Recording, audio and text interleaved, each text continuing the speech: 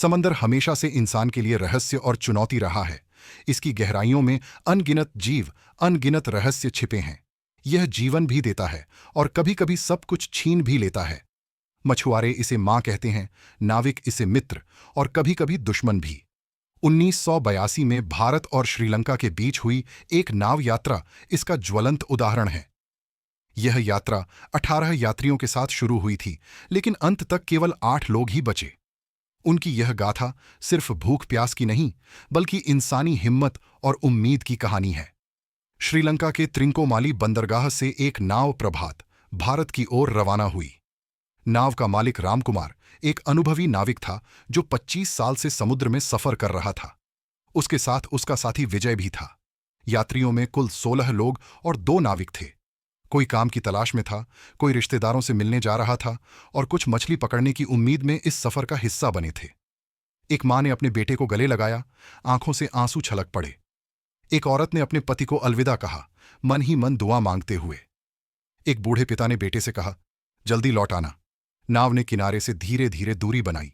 यात्रियों ने हाथ हिलाकर अपने प्रियजनों को विदा किया। लहरों के बीच नाव आगे बढ़ी, मानो कोई सपना पूरा होने जा रहा हो। पहली रात यात्रियों ने गीत गाए, भविष्य की बातें की। खुले आसमान में तारे झिलमिला रहे थे। किसी ने कहा, यह यात्रा हमेशा याद रहेगी। लेकिन किसी को अंदाजा नहीं था कि यह सफर उनकी जिंदगी की सबसे बड़ी परीक्षा बनने वाला है। सुबह का सूरज निकला ही था कि अचानक मौसम ने करवट ली। आसमान पर काले बादल घिर आए। हवा का वेग बढ़ने लगा। रामकुमार को तजुर्बा था। उसने यात्रियों को संभलने को कहा, घबराओ मत, यह समुद्र है, मौसम कभी भी बदल सकता है। लेकिन कुछ ही घंटों में स्थिति बिगड़ गई। लहरें नाव से ऊंची उठने लगीं। हवा तेज चीखने लगी। आसमान में बिजली चमकने लगी। यात्रियों में दहशत फैल गई। कोई रोने लगा, कोई भगवान का नाम लेने लगा। बच्चे अपनी मां से चिपक गए। रामकुमार और विजय ने नाव को संभालने की कोशिश की, पर तभी एक विशाल लहर ने नाव को जोर से टकराया। नाव डगमगा गई, लकड़ी की पट्टियां चटकने लगीं। अचानक दूसरी लहर ने आकर नाव को बीच से तोड़ डाला।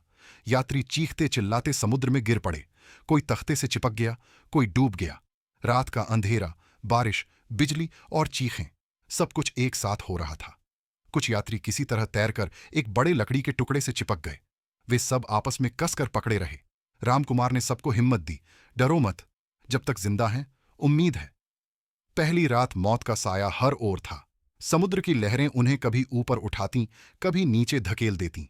किसी ने चिल्लाकर कहा, मैं अब नहीं बचूंगा। रामकुमार बोला, हिम्मत रखो भाई, सुबह होगी तो कुछ रास्ता मिलेगा। सुबह तक कुल 12 लोग ही एक दूसरे के साथ थे।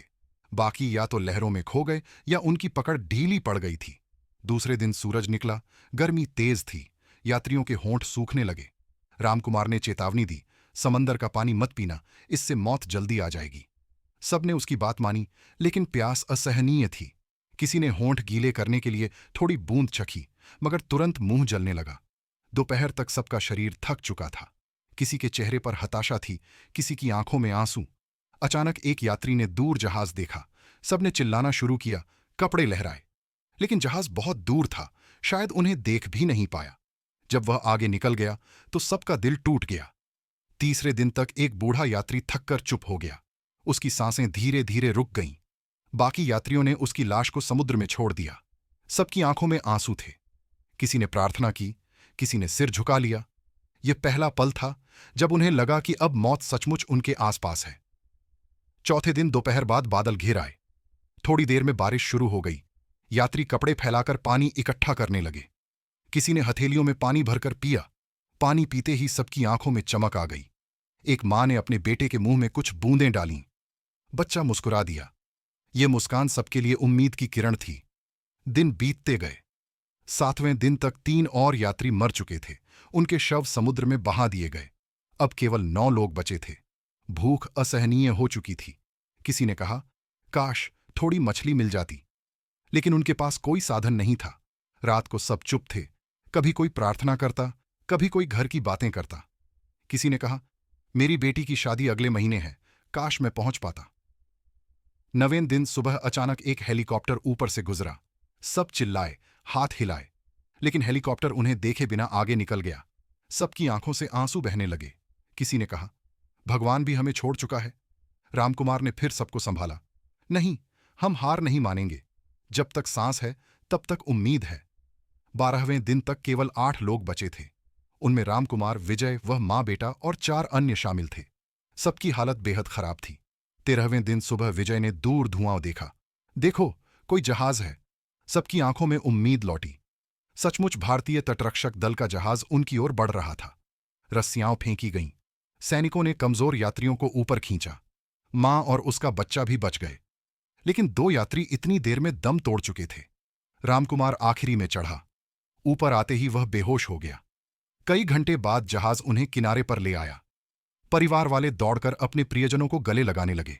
जिनके प्रियजन नहीं लौटे, उनके घरों में मातम था। अगर आपको यह कहानी पसंद आई हो तो हमारे चैनल को सब्सक्राइब करें।